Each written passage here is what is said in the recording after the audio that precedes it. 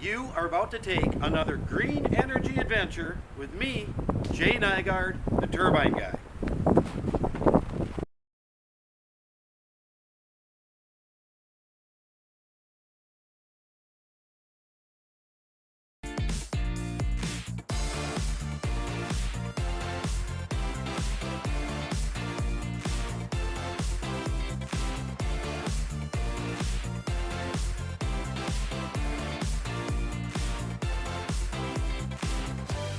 I'm Rob Sticker for Curious Gulf Coast, the show that lets you, the viewer, ask the questions, and we explore the answers.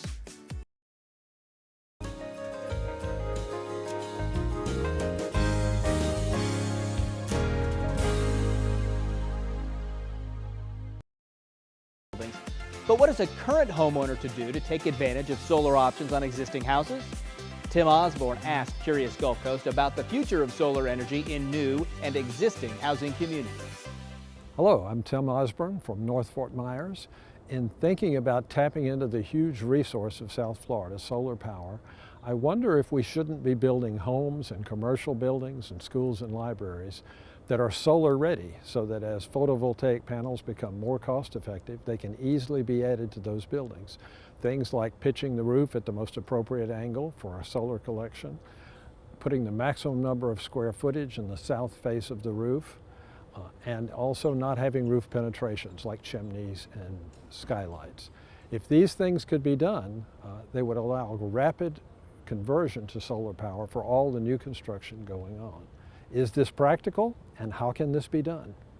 When we look at solar to actually power a home, we have some options, but we are limited by that roof line. We are limited by that proper orientation.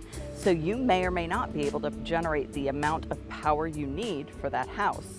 Hi, I'm Dr. Jennifer Langwell. I own Trifecta Construction Solutions, which is a green building sustainable consulting firm. Most houses that exist have some portion of their roof that is in a south orientation. It may not be a significant percentage, but they do have some portion. West and east orientation also do work, but they're not quite as efficient. So what we do when we look at existing homes is we look at, is there an optimal roof surface and how many panels can we fit on that roof surface? The other option is carport, pool screen, pergolas, so you don't just have to think rooftop solar. There are other options out there where you can incorporate this technology. The challenges come in when we have existing homes and we can't control all of those circumstances.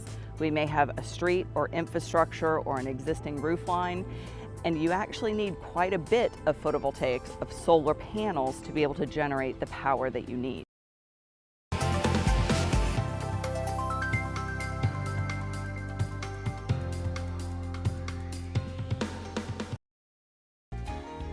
We have worked on our installation of a 1,500 kilowatt vertical axis wind turbine for this house. It's going to be almost 30 feet tall, which is the county height requirement.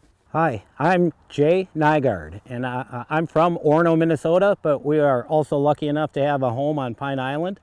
And I own and operate a company called Go Green Energy. Those blades are the outer fins of our wind turbines. Our turbines come with two types of fins. They've got the inner blades, which are Savonius blades, and they've got the outer blades like those, which are Darius blades. Those blades are actually airfoils. So they're shaped the exact same as a wing on an airplane, thick on one side and a point on the other. And that's how they take advantage of the wind energy. What we have here is the pole for the turbine. This is made to the manufacturer spec. It can withstand the 160 mile an hour destructive wind speed, made out of steel. We are in my basement now, where I have installed the renewable energy system, at least the electronic portion of it. And what ends up happening is the electricity that comes down from the solar power on the house comes through the wiring, and first place it goes, other than some breakers to protect ourselves, is through the charge controller. And what this does is it makes sure that the batteries are topped off first thing every day. This is the main wind turbine control cabinet for the wind turbine, of course. And its function is to control and monitor the wind turbine and shut it off if the power goes down. What having solar or wind does for you, especially if you have a battery bank, which you would have to do this, allows you to switch over and use those batteries in an emergency time. I think renewable energy and off-grid type systems are very important. We hope you enjoyed this edition of Curious Gulf Coast. If you're curious about something in Southwest Florida, we want to hear from you. We invite you to visit our website at wgcu.org, Curious Gulf Coast, to ask your question. Thanks for watching. I'm Rob Spicker for Curious Gulf Coast, the show that lets you, the viewer, ask the question. And great journalism begins with great questions. Help us tell the stories that matter to you.